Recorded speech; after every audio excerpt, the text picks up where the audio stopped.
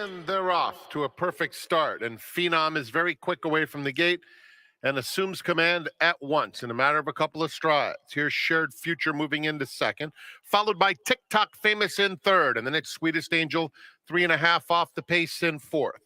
Founders Day, Symphony Perfect, and Warren's Candy Girl is at the back of the field. Phenom is the one to catch, leads the way by just over a length to Shared Future second.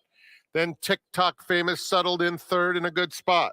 Sweetest Angel is in fourth, 4 lengths off the lead. 2 clear of Founders Day. Symphony Perfect and Warren's Candy Girl has about 8 to make up on front-running Phenom. Leading the way by just over a length still to Shared Future in second with a half-mile left to run. TikTok Famous, Sweetest Angel, third and fourth. Followed by Founders Day, Symphony Perfect, 6 off the lead. 2 more to Warren's Candy Girl. Not much change in the running order with Phenom in control throughout. Widens now in front by 2. On the outside, Sweetest Angel takes up the chase on a hard-ridden Shared Future. Founders Day, Symphony Perfect moving up outside TikTok Famous, who's down at the rail. Warren's Candy Girl has trailed throughout. It's Phenom turning for home. TikTok Famous has had a good trip, splitting rivals now, and Sweetest Angel on the outside. TikTok Famous, Warren's Candy Girl trying to mount a late bid. Phenom, TikTok Famous, Warren's Candy Girl swooping on the outside. And here's Warren's Candy Girl from last in a photo finish with TikTok Famous. Tight photo to kick things off at the Great Race Place.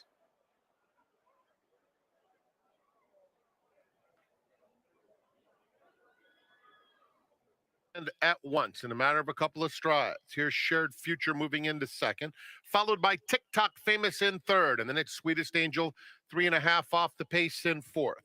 Founders Day, Symphony Perfect, and Warren's Candy Girl is at the back.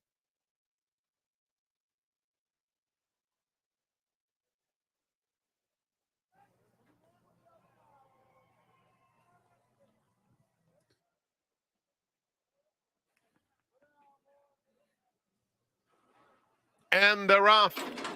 Very even start. Flatter with Jules and Chevere Arbiter will go out to battle for the lead. A Broken Breeze hard-ridden. Starship Sky on the outside, and Roman Empress trails. Into the first turn. Head and head on the front end. Chevere Arbiter on the outside, and Flatter with Jules. They're about 2 lengths clear now of a Broken Breeze. Starship Sky on the outside takes third. Roman Empress is down on the inside. They have about 5.5 furlongs to go, and Chevere Arbiter takes over, leading the way now by 1.5 lengths to Starship Sky. Flatter with Jules is back to third, a Broken Breeze in the red, fourth between rivals, 3 off the pace, 1.5 lengths to Roman Empress. Chevere Arbiter and Diego Herrera now starting to open up to the half-mile pole. 2-length lead. Flatter with Jules reclaims second inside Starship Sky.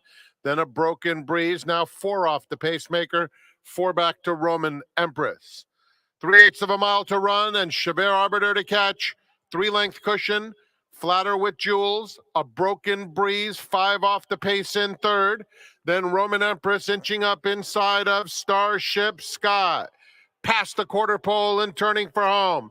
Chevere Arbiter, 3-length lead. Flatter with Jules switches to the outside for another try.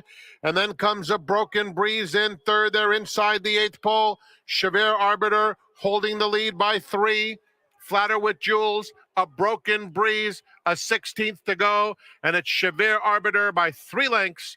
And it was no hard work whatsoever for Chevere Arbiter to win it by about 1.5 lengths. Second went to Flatter with Jules, a Broken Breeze third, and Roman Empress checked in fourth.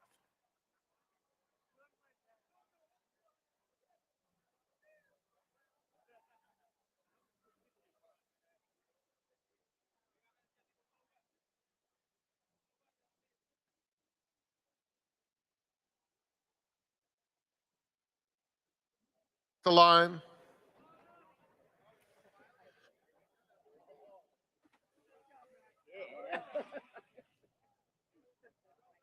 And they're off.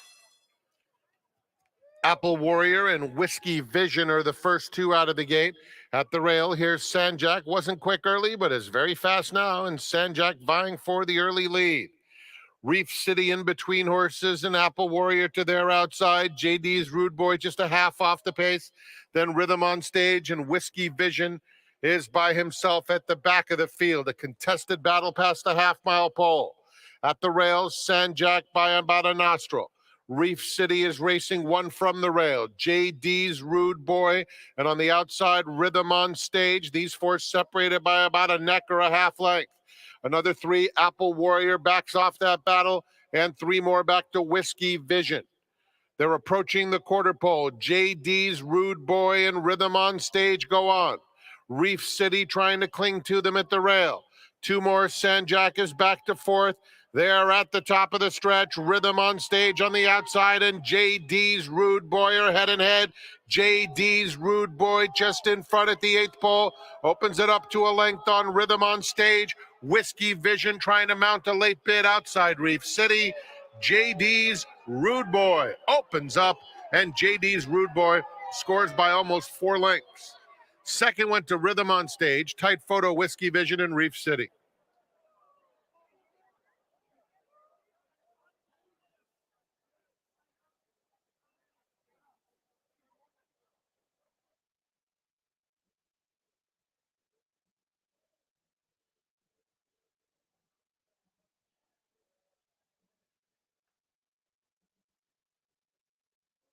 They're in the gate.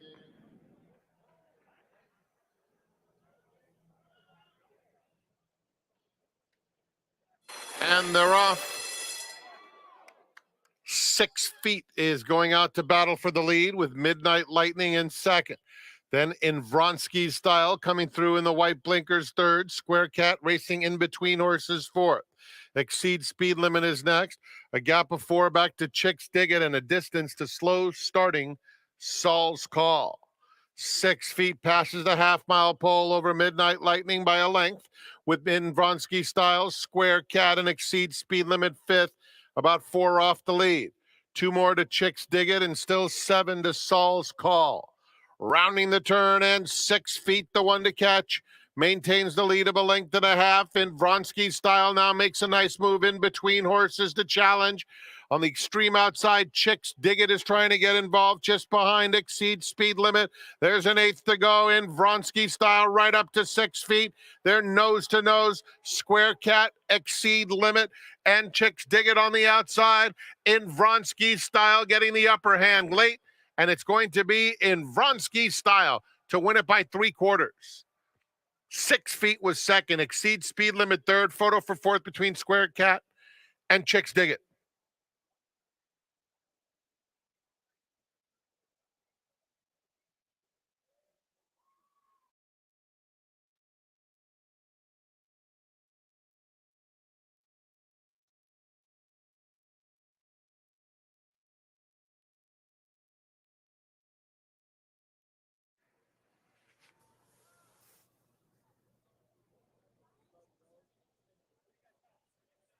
All set. And they're off in the Kona Gold. Brickyard Ride and Positivity vying for the early lead. Brickyard Ride now takes over. Anarchist is coming through along the inside. It's a compact field early on. Armagnac is one from the rail. Positivity trumped Extreme outside. Covered by 2 down the back stretch. And Juan Hernandez has Brickyard Ride on the lead, but only by 3/4 of a length as Anarchist is down at the rail in second. Then Positivity. Between rivals, Armagnac splits them, and that leaves Trumped at the back. They have 3/8 of a mile to go. And Brickyard Ride lets it out a notch now. Opens up a 2-length advantage on Anarchist and Armagnac.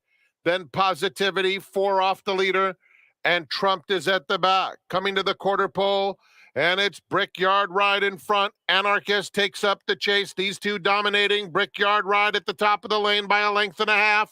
Anarchist running a big race in second. 4 back to Armagnac in third. Coming to the 16th. Brickyard Ride called on for everything he has, trying to fend off Anarchist. Brickyard Ride keeps going. Anarchist on the outside can't quite get him. Brickyard Ride wins the Kona Gold again. Anarchist was second best. Positivity and Armagnac. The Calbred covers 6.5 furlongs in 1:15. 0.84 seconds.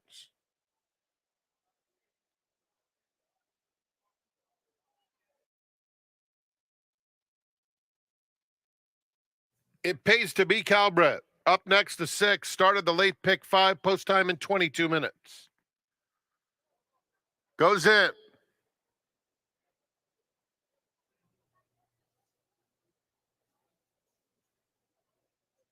And they're off. Rakasa broke alertly. Princess Adelaide. Pammy's ready on the outside. Has plenty of speed, too. They're followed by Kitty Katana, fourth, but just about 2 or 3 lengths off the lead.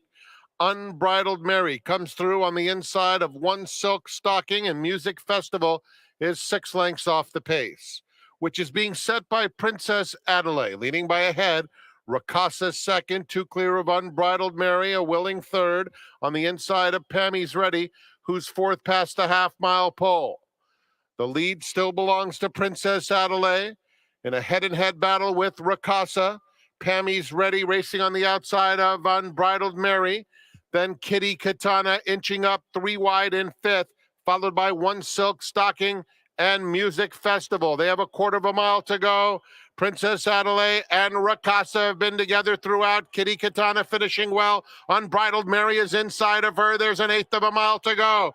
Rakasa, Princess Adelaide, Unbridled Mary, and Kitty Katana. A 4-horse driving finish for the wire. Rakasa just in front. Unbridled Mary and Princess Adelaide. Photo finish. That is so close. Princess Adelaide, a surging Unbridled Mary. Rakasa was in between them. Kitty Katana wasn't far away, and an oncoming One Silk Stocking put a blanket over him. Princess Adelaide, Pammy's Ready on the outside, has plenty of speed too. They're followed by Kitty Katana, fourth, but just about 2 or 3 lengths off the lead. Pammy's Ready, who's fourth past the half-mile pole. The lead still belongs to Princess Adelaide.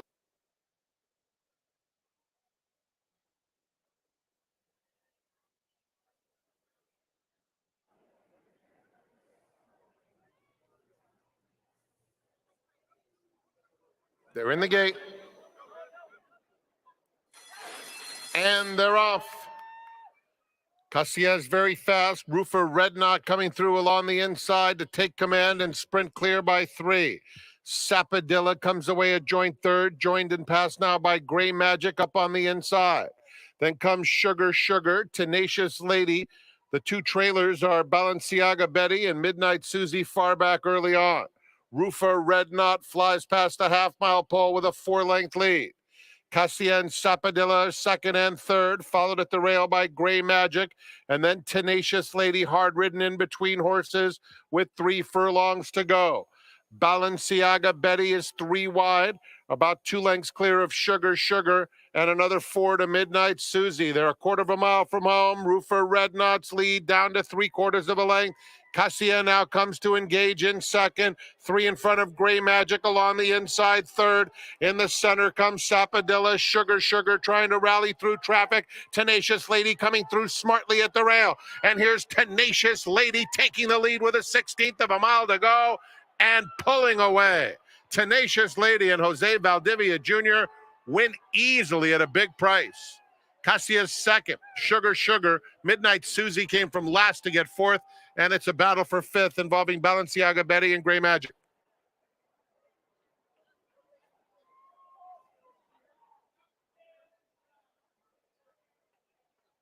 The place for amazing concerts at their Yamava Theater. Coming soon, Maluma, April 27th. The Doobie Brothers, June. One more. All in.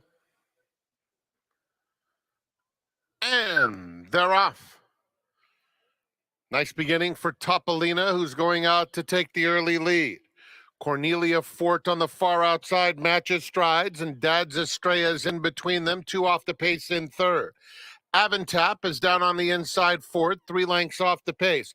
Emma's for Magic with the green sleeves is 3 wide, followed by Palio's Princess racing between rivals. Good Buju is down at the rail.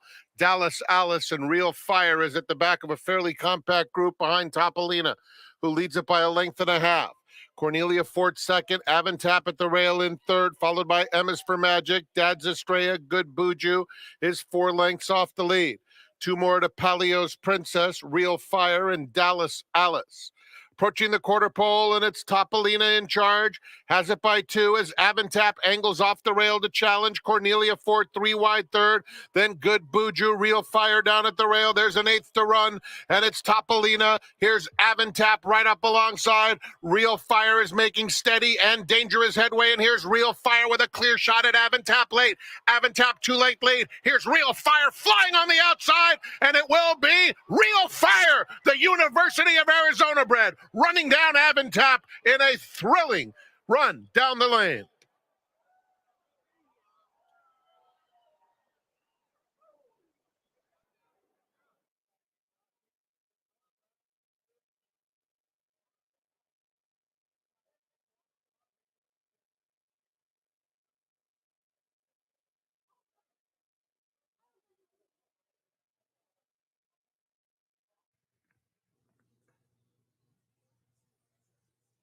They're in the gate.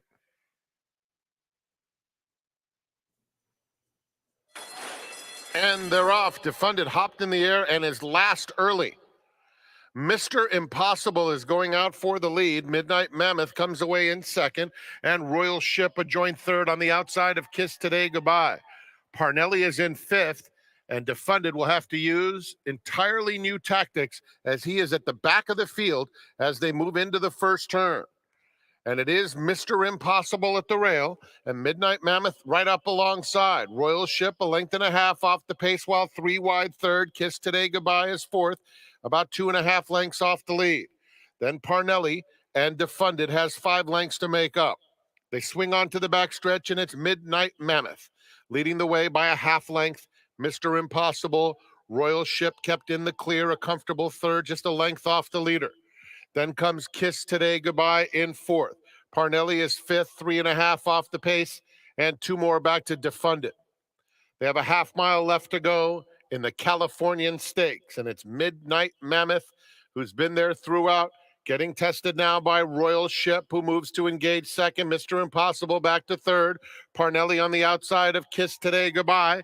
And now Defunded is called on, and there he goes on the far outside. He's caught 4 wide as Defunded rallies all the way up to third. They're coming to the quarter pole. Midnight Mammoth and Royal Ship. Defunded looms up 3 wide. They're at the top of the stretch. Royal Ship puts his head in front. Defunded coming after him, and a very tough Midnight Mammoth running gamely. There's an 1/8 of a mile to go, and Defunded has now taken the lead and starts to edge away. A giant performance from Defunded, who was beautifully handled by Juan Hernandez. No panic, no problem. Defunded much the best in the Californian. Royal Ship second. Midnight Mammoth in a photo with Kiss Today Goodbye.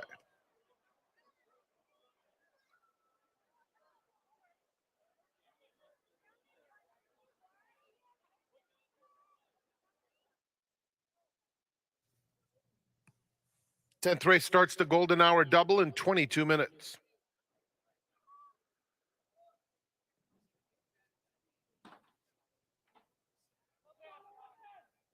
And they're off. Single track mind rockets out. Here's Acquired Class in the center, showing plenty of early pace.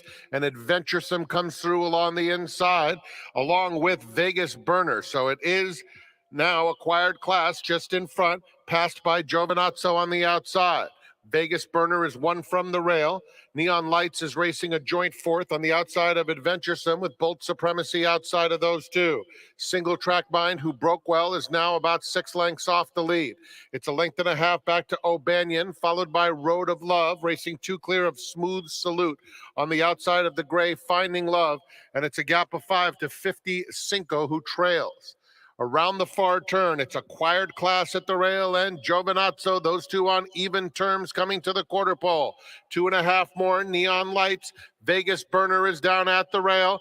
On the outside of them, Bolt Supremacy. Widest of all, here's Single Track Mind starting to kick in with a furlong left to go. Acquired Class digs in with a 2-length lead.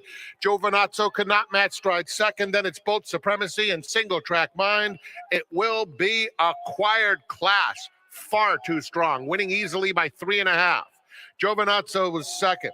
Then it was Bolt Supremacy in third, and then it was a battle for fourth between Single Track Mind and Adventuresome as Juan Hernandez closes out the day with a riding triple.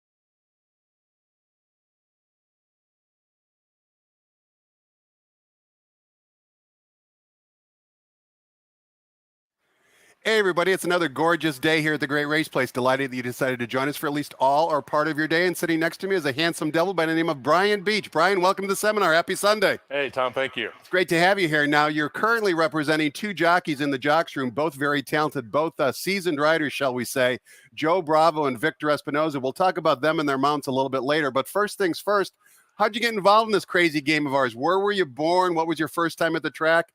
How'd you get introduced to the game? I was born in Spokane, Washington. I've heard of that place. My best friend, when I was a kid, his dad was the clerk of scales at Playfair, and so he used to come by and take me with him out to the track, even before I was of age actually to be there. But I would go for scratch time and that kind of stuff. And, sure. Did you fall in love with the game? Yeah, I just got the bug. Just got the bug that way, you know. I liked the smell of the paddock. I liked, the smell of the liniment on the horses. I liked all that stuff. Yeah, the horse manure smell, all of it. Yeah, exactly. So then you obviously continued your career at other racetracks around the country, but you also got involved in sports broadcasting, and you did some of that up in the state of Washington as well as the Bay Area. Yeah, my first job out of Washington State University was at a station in Yakima, Washington, where at the time there was a racetrack. And I started a deal there where I was showing the feature race, each night on my sportscast, and then kind of moved around a couple different spots around the country, but ended up back in Spokane, and I did the same thing there with Playfair, and did a lot of local stories, that kind of stuff. Matter of fact, I did a story on a 16-year-old Wesley Ward when he won the Eclipse Award, and went to Selah, Washington, where he was born and raised, and his family was there, and he was coming back from New York to visit his family, and ended up ESPN picked up the story, and his mom, every time I see her to this day, she tells me she still has that tape of that story. So now, did you ever represent Wesley in his career? No, I didn't. Matter of fact, by the time I kind of got into the agent side of things, he was done riding, but we've had a lot of success together when he's put my riders on his horses. He's a great trainer. Let's talk about some of those riders in the past. I'm not going to remember all of them, but some of the names that come to mind are Julie Crone, Chantel Sutherland, Ram Sammy, maybe DeSormo. Tell us some of the riders you had. Kent DeSormo, Mike Smith, Gary Stevens, Corey Nakatani, Alex Solis, Emil Ramsamy, Jose Valdivia, Julie Crone, Chantel. It's been a really good list. You've been around the block once or twice, that's for sure. But now you currently represent both Joe Bravo and Victor Espinoza. Let's talk about Victor first. He really needs no introduction. He's won the Triple Crown. He's won multiple Triple Crown races as well. What's Victor like off the racetrack? We see him on the racetrack. What's he like off the racetrack? He's a great guy. Just very kick back, and nothing really rattles him. I think that's the key to his success on the track too, is that you can put him, in the $10 million Dubai World Cup, and the saddle slips back on his horse, Yes. and he doesn't panic. He doesn't lose any kind of concentration. He excels in those moments. So I think that a lot of that has to do with his personality. What's your role in maybe motivating them or coaching them? And what I mean by that is you talked about he really has nerves of steel. Do you kind of emphasize that, de-emphasize that, talk to him at all about that, or is that just a personality trait he has on his own? Yeah, you don't want to change anyone's personality. I mean, each guy's an individual, and I think that's his key to success. And Joe Bravo is like a unbelievable salesman of himself and of racing in general. There's a lot of people that think that he's got future in something like this, or maybe even being a steward or something like that at some point. But he's a student of the game, and they all have their own, unique characteristics that make them as good as they are. I've been a fan of Joe's for a long time. He's, of course, ridden all around the country, including Gulfstream Park and Monmouth Park, to name just a few. I love the way he rides the turf. You obviously have to critique a lot of the rides, both from a positive and negative standpoint. What's your opinion of what makes Joe such a good turf rider? I think he's patient, and he saves ground. And on the turf, you've got to save ground because, especially here, there's not much banking to the turf course, and so when you're wide, you're really wide. And to save ground on the turf course is the key to success, I believe. And Joe he's an expert at that. Now, some critics will say, Brian, that all you need is a pencil and a condition book to become a jockey agent. You obviously have years of experience, and that's kind of an old wives' tale. But what is really your role in being a jockey's agent and getting your jocks into the winner's circle as much as possible? It's just managing personalities of both the trainers and the jockeys, and trying to, put everybody together on, in the best possible situation. The trainers they're all different themselves. They operate their barns differently. They operate how they deal with jockeys and the condition book differently. And you just kind of have to, kind of know each guy's modus operandi, so to speak, and try to be there when it counts, when the live horses are in the entry box. So. You found a lot of those live horses, California Chrome and, of course, American Pharaoh. Did you know early on in their careers that they could turn out the way they did, or was it kind of just a combination of skill and luck? With Chrome, he won the last stakes race ever run over at Hollywood Park, the 7/8 stake race over there. So we weren't real sure then. We knew he was a real good horse. But then when he, we came back over here and he went back around 2 turns, and he showed his brilliance, then, it was pretty evident to see that he was a little different. And with American Pharaoh, Bob put him in, a stakes race as a maiden, and he doesn't do that very often. And so, I knew from just being around Bob and talking to him in the mornings how much he thought of that horse. So that really wasn't any kind of surprise. It was just, like I said, few people turned down the mount, and I happened to be in the right place at the right time. And I'd rather be lucky than good in this game. And that's a prevailing, thought on the way I operate.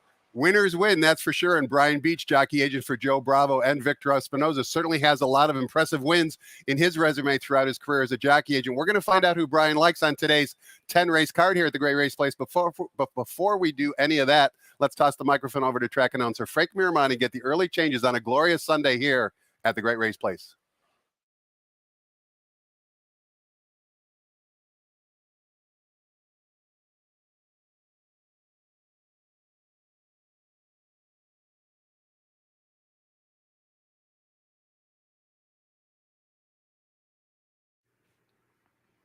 Good afternoon, ladies and gentlemen, and welcome to Santa Anita Park. The track is fast and the turf course is firm. Here are the changes on today's card. The rail on the turf is out 20 feet. No changes in the first. Start of the early pick 5. In the second, scratch number 2, Roses and Chrome. And with that scratch, there's no super high 5 wagering. Third is the Siren Lure Stakes.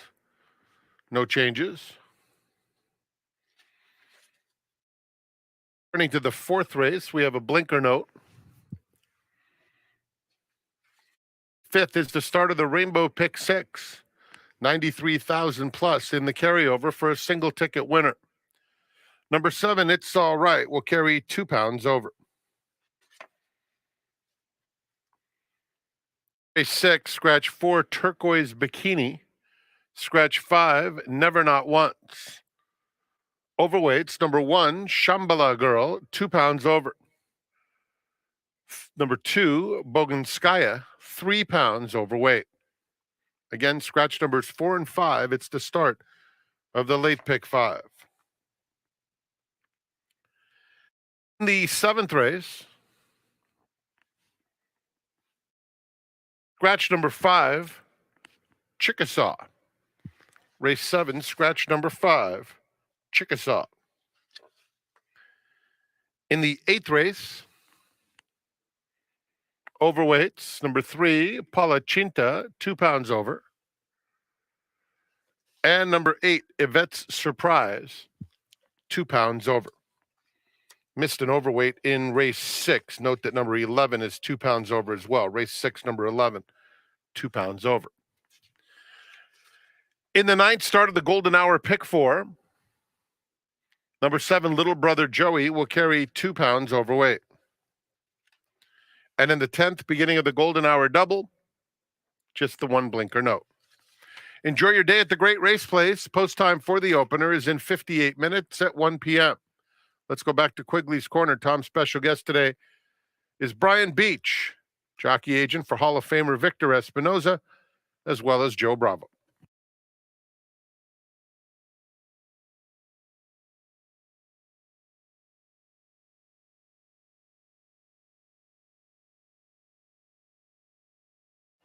Welcome back. We're talking horses with Brian Beach. He represents both jockeys Joe Bravo and Victor Espinoza. He's obviously a very busy man, particularly with the draw for Friday happening as we speak.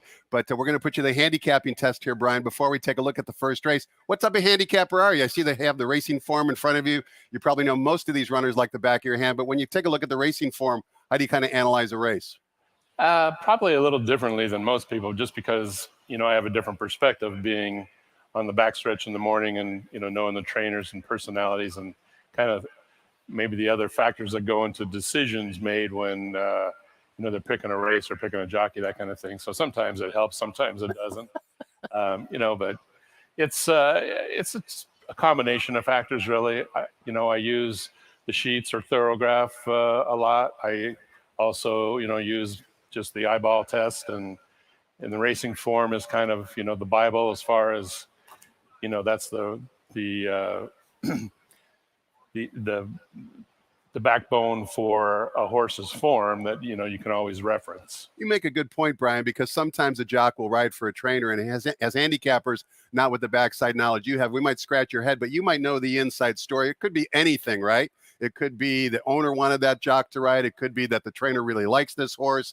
There's a lot more than what you can actually see on paper. Yeah, I think people make too big of a deal about whether this jockey rode him and took off and now someone else is on the next time, because it's not always in our hands. The owners make decisions, the trainers make decisions.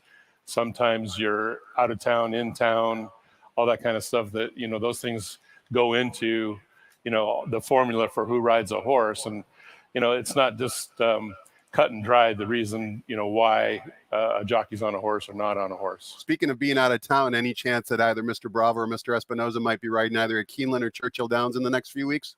We're hoping for, May 6th for both of them. Right now, you're knocking on a lot of doors. Yeah, there's some open horses, and we got our names on the list, and also with Skinner, he's number 22 in the order of getting in the starting gate. So he would need some defections. But yeah, no, we're always you can't win it if you're not in it. So we're trying to get in it. There are some trainers who are very loyal to Victor, and probably at the top of the list is the trainer of Skinner, who you just mentioned, John Sheriffs. What is it about the Sheriffs-Espinosa relationship that makes it such a strong bond? I think they know what each other wants and what each other, their strengths, and at least John knows, kind of what he's going to get out of Victor, and he likes that for his particular style of training his horses, and they've had a lot of success together over the years, and I think you see, that John likes the experienced jockeys. He very rarely rides, the younger guys or bug boys or anything like that. He likes the experience, and Victor brings that, and like I said, also having a lot of success together, that's what keeps it alive. And probably a similar answer, but Mr. Bravo rides a lot for both Mr. Papapadromo as well as Miss Gaines, Carla Gaines. What's so special about those two relationships? Past success also, like I say, they just clicked, with George. Joe likes, to be right there with him, help him working his horses in the morning, and they're friends. And yeah, they go to dinner at night and that kind of thing. Maybe more than dinner, but yeah. Right. And the same with Carla. She likes the jockeys to participate in the morning, and Joe's willing, to do that, and he can add some things that way, and then they just have had success on the racetrack too, and that's what, like I say, that's what has to happen for it to stay alive and keep going. Well, let's see if we can have some success picking some winners today. Your jocks ride 6 times throughout the card, including in race number 1, which begins the 50-cent early pick 5. We're sprinting on the turf course, 6 furlongs to the distance. This race, by the way, is named Santa Anita Salutes the Permanently Disabled Jockeys Fund. As you might know, the PDGF is holding and conducting their annual telethon. If you have always appreciated the jockeys, maybe a few of them have given you a good ride or even a bad ride for that matter, you should consider contributing to the PDGF telethon today. And if you call up, you can actually talk to some of the jocks as well. The turf rails today here at Santa Anita are 20 feet. We've got a field of 6. The morning line favorite in the current betting choices on the outside from the Phil D'Amato barn. Southern Horse, ridden by Juan Hernandez. Mr. Hernandez is a tough customer on the turf course. Let's face it, in any of these races, Brian. But you ride number 2, Commander, for the Hector Palma barn. Victor rides for Hector. Give us your thoughts on race 1. I think that's important in these turf sprints here at Santa Anita. Now that the hill is back in use, to know the distance and which track that they're actually going to be on. Which layout. This race, it comes out of the chute, and I think that's important for, handicapping this race. Commander, I believe, this will be his distance, that 6 furlong distance out of the chute. And I think that is in his favor, but there's a couple other horses, including the favorite, that, have done well at the distance. But I just think, today, Commander kind of gets everything coming together at the right point and on the right surface and the right distance and all that. So I think he's got a good shot. Your business, Brian, is to basically watch races and evaluate talent. I'm sure you watch races not only live, but also a lot of replays. What are maybe 1 or 2 tips you can give us that maybe the weekend handicapper might not realize when watching race replays? Well, obviously, trouble is one thing that you look for, and kind of subtle trouble is more what I look for, rather than, somebody that got blocked and couldn't get through a hole or whatever. But look for just things like, maybe a little ground loss on turns, or, coming out of the gate and maybe ducking in or ducking out, and then the jock has to straighten the horse up, and it probably cost him a couple lengths right there at the start. Just little things like that could make the difference the next time. 2-6 in race number 1, so says our seminar guest Brian Beach. Race number 2 begins the 50-cent early pick 4. We're sprinting this time on the main track, 6 furlongs. It's a race for maiden special weight fillies and mares. All 3-year-olds in the race. It's a field of 6 after the scratch of number 2, Roses and Chrome.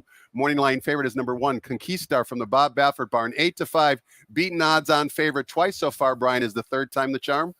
Well, I think the cutback in distance probably is what Bob's going for here, and I think that's maybe going to make the difference.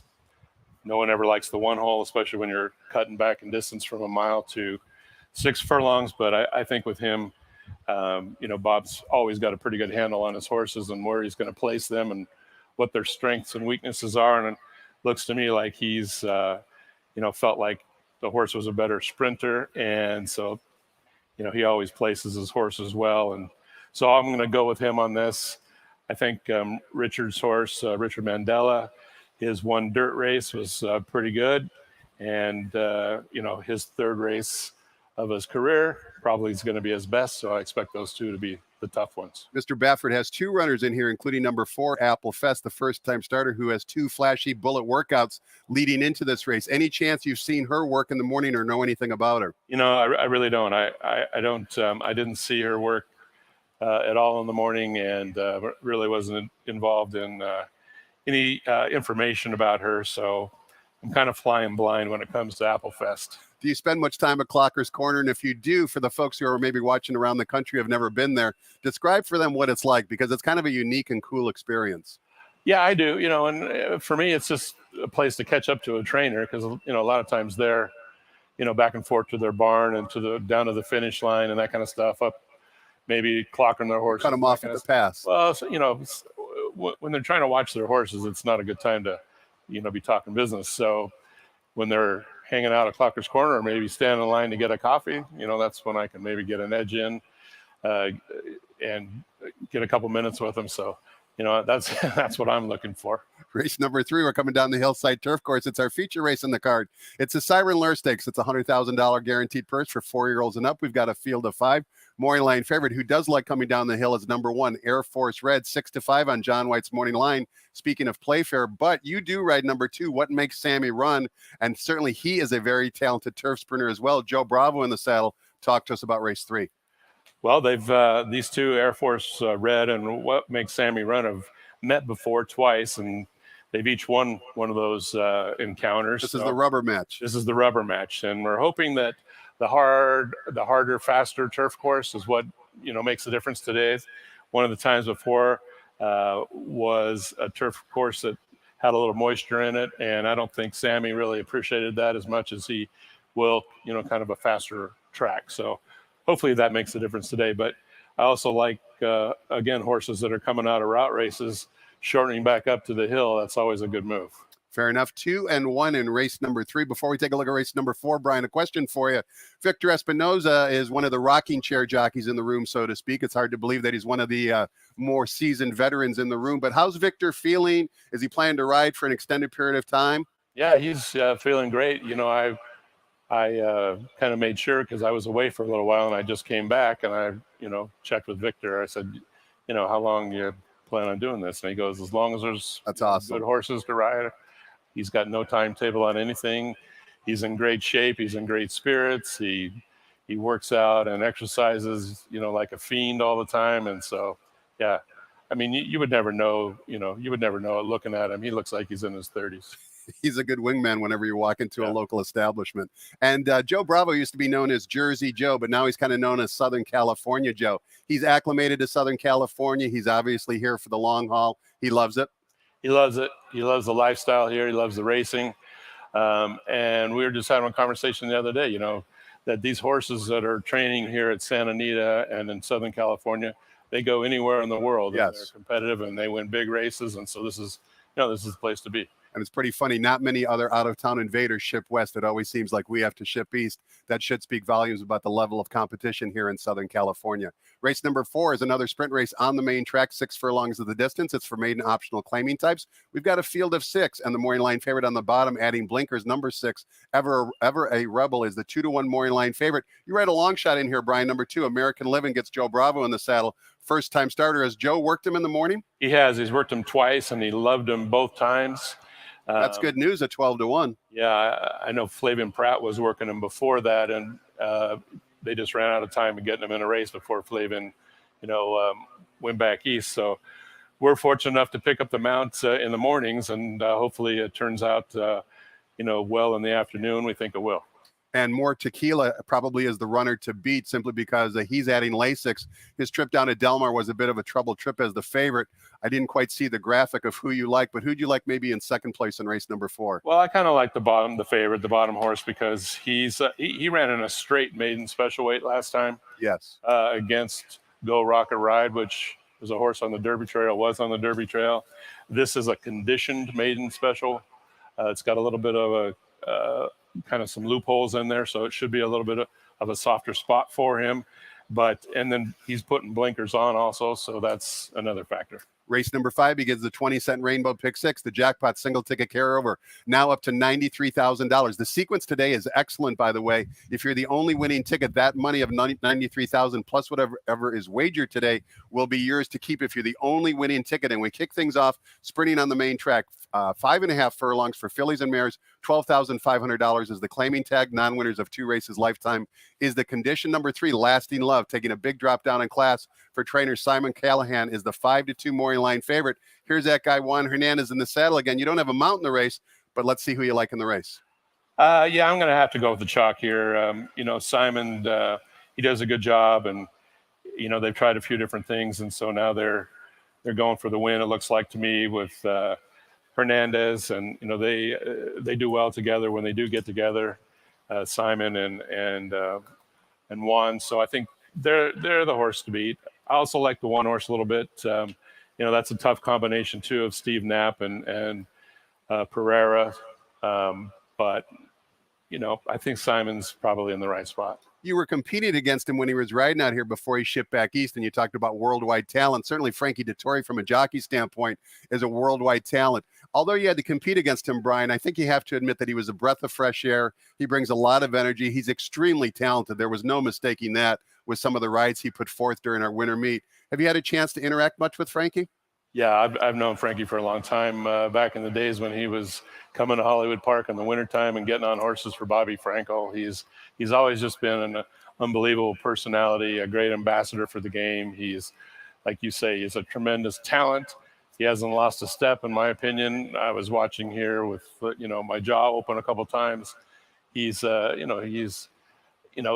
guess he's maybe thinking about not necessarily hanging it up. Reconsider, right? I think wouldn't be a good thing for the rest of us, but it's good for racing to have Frankie in it. No question about it. It was great to have him right here and represent Southern California so well. Race number 6 begins the 50-cent late pick 5, another sprint race on the main track. 6.5 furlongs the distance. Calbred maiden claimers, fillies and mares in for a $50,000 tag. 2 scratches. Scratch the 4 and 5 leaves us with a field of 9. Number 7, Stay in Line, taking the blinkers off from the Jorge Parabon barn, is the 7-2 morning line favorite. But you ride number 8, Copper Bow 10 from the Carla Gaines barn. 12-1 on the morning line. Seems like a lot of your runners are lined at 12-1 today. Give us your thoughts on race 6, Brian.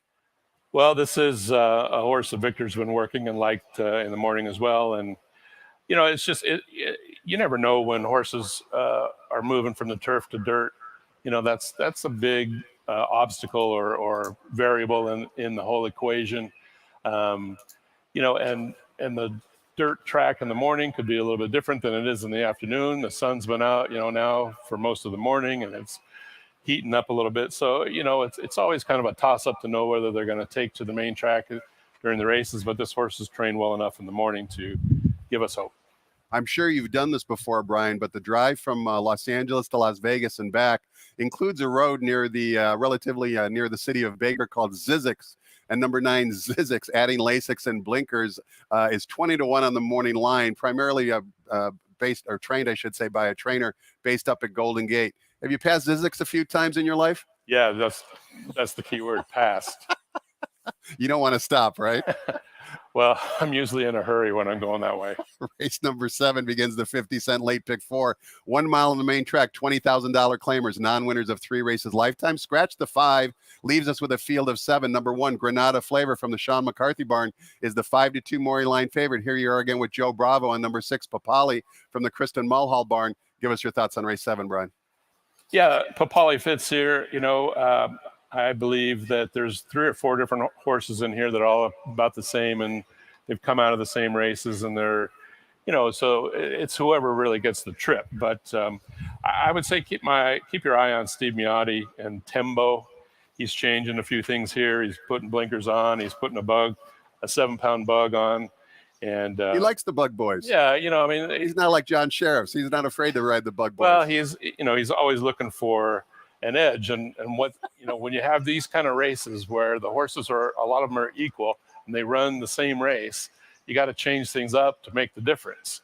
So maybe this makes a difference. I think a lot of good handicappers do like change, whatever that change might be. First time gelding, first time Lasix, blinkers on, blinkers off, sprint to route. And like you said, Mr. Miotti's doing a lot here. Second off the layoff, turf to dirt, blinkers on. And all those statistics, if you have the racing form in front of you, Mr. Miotti does very well. And 40% win clip with runners returning off a long layoff, second time off the layoff, 24% going turf to dirt, 20% with blinkers on. And we already know that he likes to use bug boys, which he does here. Maybe you talked about them being interchangeable in race 7, Brian. Who else would you give a little love to? I also like Granada Flavor, like Warren's Candyman. That's my example of these horses are coming out of the same races. So you're changing, post positions, that kind of stuff. You're changing the way, the race unfolds, and then, one's going to beat one time and another one's going to beat one the next time. It's today the day, it's today their day. So. Brian's analysis of race number 7 is why I like the pick 6 sequence so much today. And I like it also because of race number 8. That's because we're going 2 turns on the turf course. 1 mile is the distance for Calbred, maiden special weight, fillies and mares. A good field of 9 here. Number 5, Adesia, going from a sprint to a route. Ridden by Ricky Gonzalez, is the 5-2 morning line favorite. You don't have a mountain here, Brian, but I know you looked at the race. Who do you like and why? Well, I like that horse a little bit because Phil D'Amato he's looking for something different. He's changing up a lot of, he's like 18%, 20%, something like that, going from sprint to a route. This horse just kind of ran evenly around there last time sprinting. Now routing, third start of its life. I would think that horse has got a good shot, but actually kind of a horse that people probably will overlook. I like is the 7 horse, Calamara Moo. That horse has had many chances, 17 chances. But I also think, if you can throw out the synthetic races, that a couple of those long turf races that it ran last year here at Santa Anita would win this race. Fair enough. Also, another Golden Gate horse coming down, invading Southern California. We see a lot of that lately. How do you kind of analyze? You kind of touched on it, Brian, and it's hard to kind of generalize, but at the same time, we see a lot of the Golden Gate shippers who really have synthetic form, but not much main track form. How do you kind of throw that into the handicapping puzzle? It's a toss-up, because once again, you really don't know until they've actually been on the surface. And a lot of those horses that if they started their career out on synthetic and then they come here, that makes it more difficult. Sometimes they may have started here, went up there, and come back, and then that's a lot easier to figure out what possible outcome could be about to happen. But the ones that have never been on the dirt, those are impossible for me to handicap. Welcome to the club. Race number 9 begins the $1 Golden Hour Pick 4, linking our last 2 races here at Santa Anita with the last 2 races at Golden Gate. It always pays well, short of $1,000 on Friday, over $500 yesterday. Congratulations to the winner. And we start Sunday sequence here in race number 9, going a mile and a 16th on the main track. $16,000 claimers, non-winners of 2 races lifetime. A good field of 9. Morning line favorite number 5, Chicken Finger Friday, one of 2 3-year-olds in the field from the Doug O'Neill barn. 3-1 on the morning line. This is another one, I think, Brian, of those interchangeable races you were talking about earlier. Well, you'll see if you just look at their lifetime statistics. These horses, they've had many chances. A lot of them are, started 12, 15, 20 times. So I look for, in this kind of race, I look for someone trying something different. And Big Swede and Vlado Serin, he's trying different things. He's using a 10-pound bug. He's taking the blinkers off. Those are all things that could make the difference. In a race like this, he's got the rail, so he should have a ground-saving trip. Might even show him more speed than you think. So you got to throw these variables in there. You have to look for something that's different and why it could produce a different outcome than the past, 4 or 5 times they've run against the same horses. And he's always taken action, which is interesting, right? 9-5, 5-2, 8-1 in his last 3 starts. Vlado certainly is another guy who likes to try and take advantage and capitalize on, as you mentioned, Brian, a lot of different changes. And so Big Sweet at 5-1 is certainly very playable. Before we take a look at the nightcap, we learned earlier on that you grew up in the Pacific Northwest, and I was lucky enough to spend some time at Long Acres. Did you ever make it over there? Because, of course, the Ward family, Wesley Ward was prominent up there. The Bays family was prominent. The Glatt family, who now is down here, was prominent. Emerald Downs was a special place in the Pacific Northwest. Yeah, I should say Long Acres. Yeah, Long Acres. That was my first so-called big-time track. You know, when I was growing up, Playfair, you know, was a bull ring, and so going over to Seattle and going to Long Acres when I was a kid was the first time I'd been to a bigger track, a mile track, and my first actual experience was the Long Acres Mile when Bad and Big won for Richard Mandela and Shoemaker. You know, so the place must have been packed. That was, and I know it's a really special day in Dick Mandela's life, and it was a great thing for Seattle because the great Shoemaker was coming, and that's the kind of thing that got me hooked too. But I was fortunate enough to work there as an agent the last year of Long Acres. Did you have Van Belvoir? At Van Belvoir the last year there, and did you bump into him yesterday? He ran a horse in the stakes race. Yeah. Van and his wife, they were here yesterday, and he'll be back. You'll probably see him a little bit later in the spring. He's going to have some horses, more horses to run here. Sounds like you're lining up some mounts for your jocks potentially. Potentially. Race number 10 closes out the day and closes out the week. Keep in mind, live racing resumes here at Sandy this coming Friday. We're going to have 9 races with a 1:00 p.m. Pacific time first post. But first things first, race 10 begins the $5 Golden Hour Daily Dumble, linking our last race with the last race at Golden Glen. We're traveling here 1.1 miles on the turf course for maiden claiming $50,000 claiming tag. Take note, number 5, Cryptoholic is a first-time gelding, the morning line favorite on the outside, who has plenty of speed, plenty of early speed, but a tough post is number 11, Belmont Bill, 7-2 on the morning line. This is a total grab bag to end the day.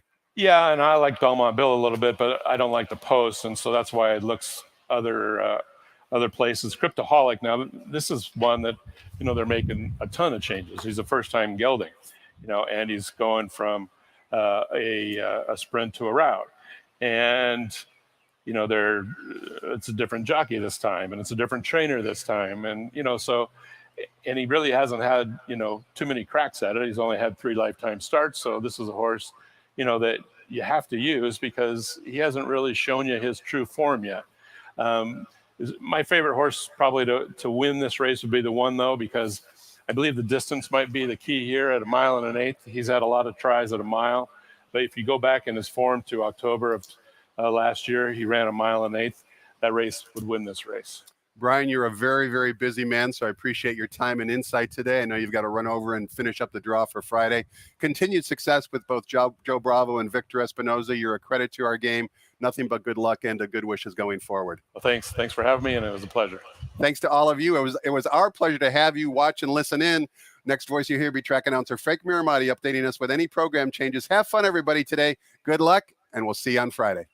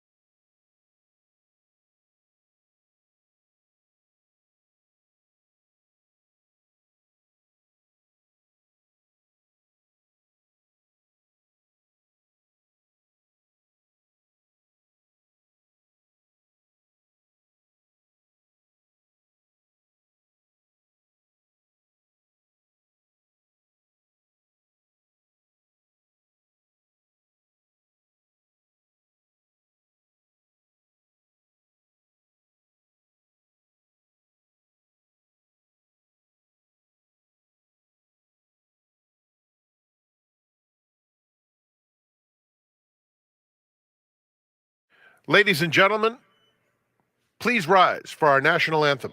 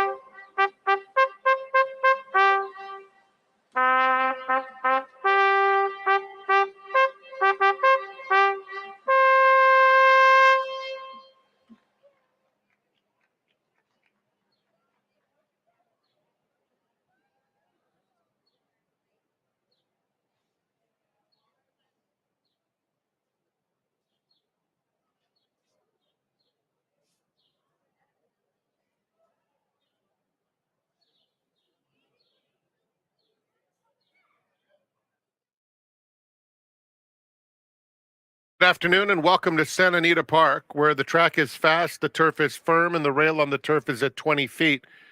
Here are the changes. No changes in the first, start of the early pick 5. No high 5 in race 2 with the scratch of number 2, Roses and Chrome. The third race is the Siren Lure Stakes. No changes. In the fourth race today, we have a blinker note for number 6. Fifth starts the Rainbow Pick 6.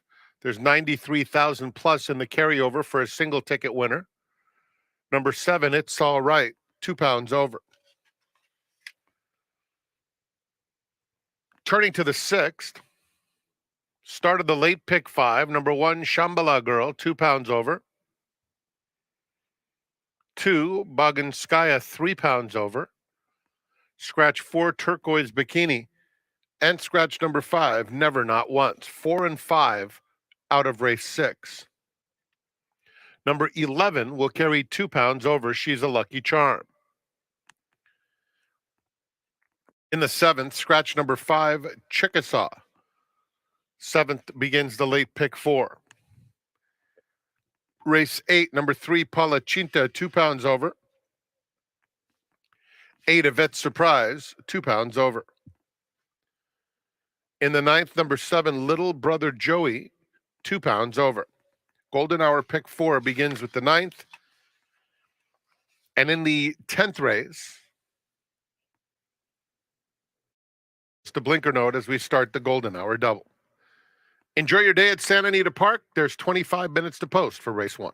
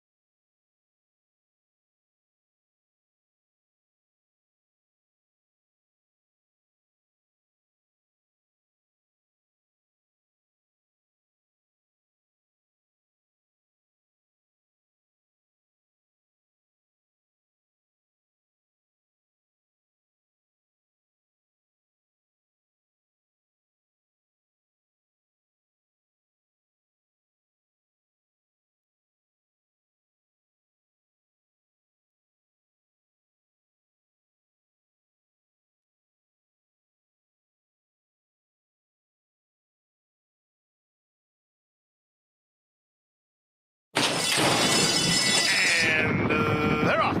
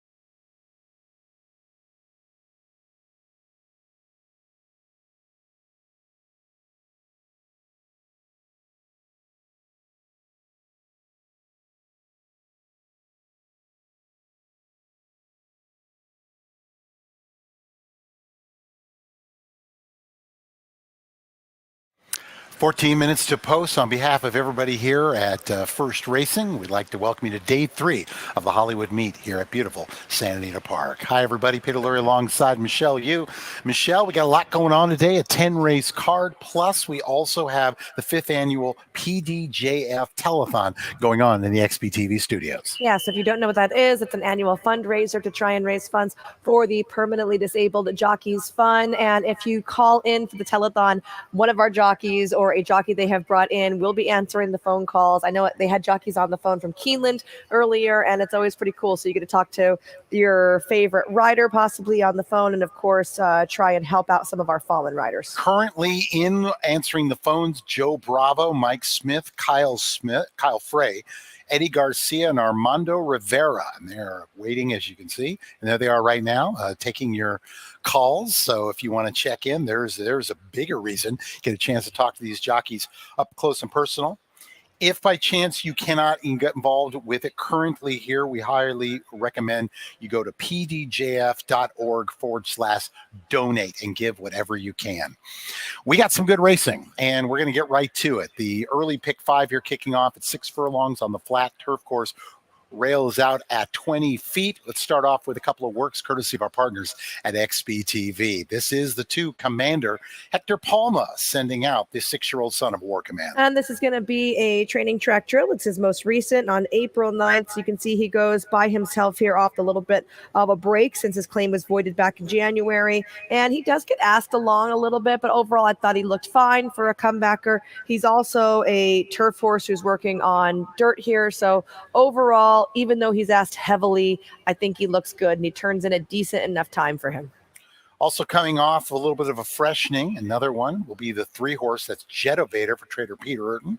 All right, so he's on the inside of this pair here.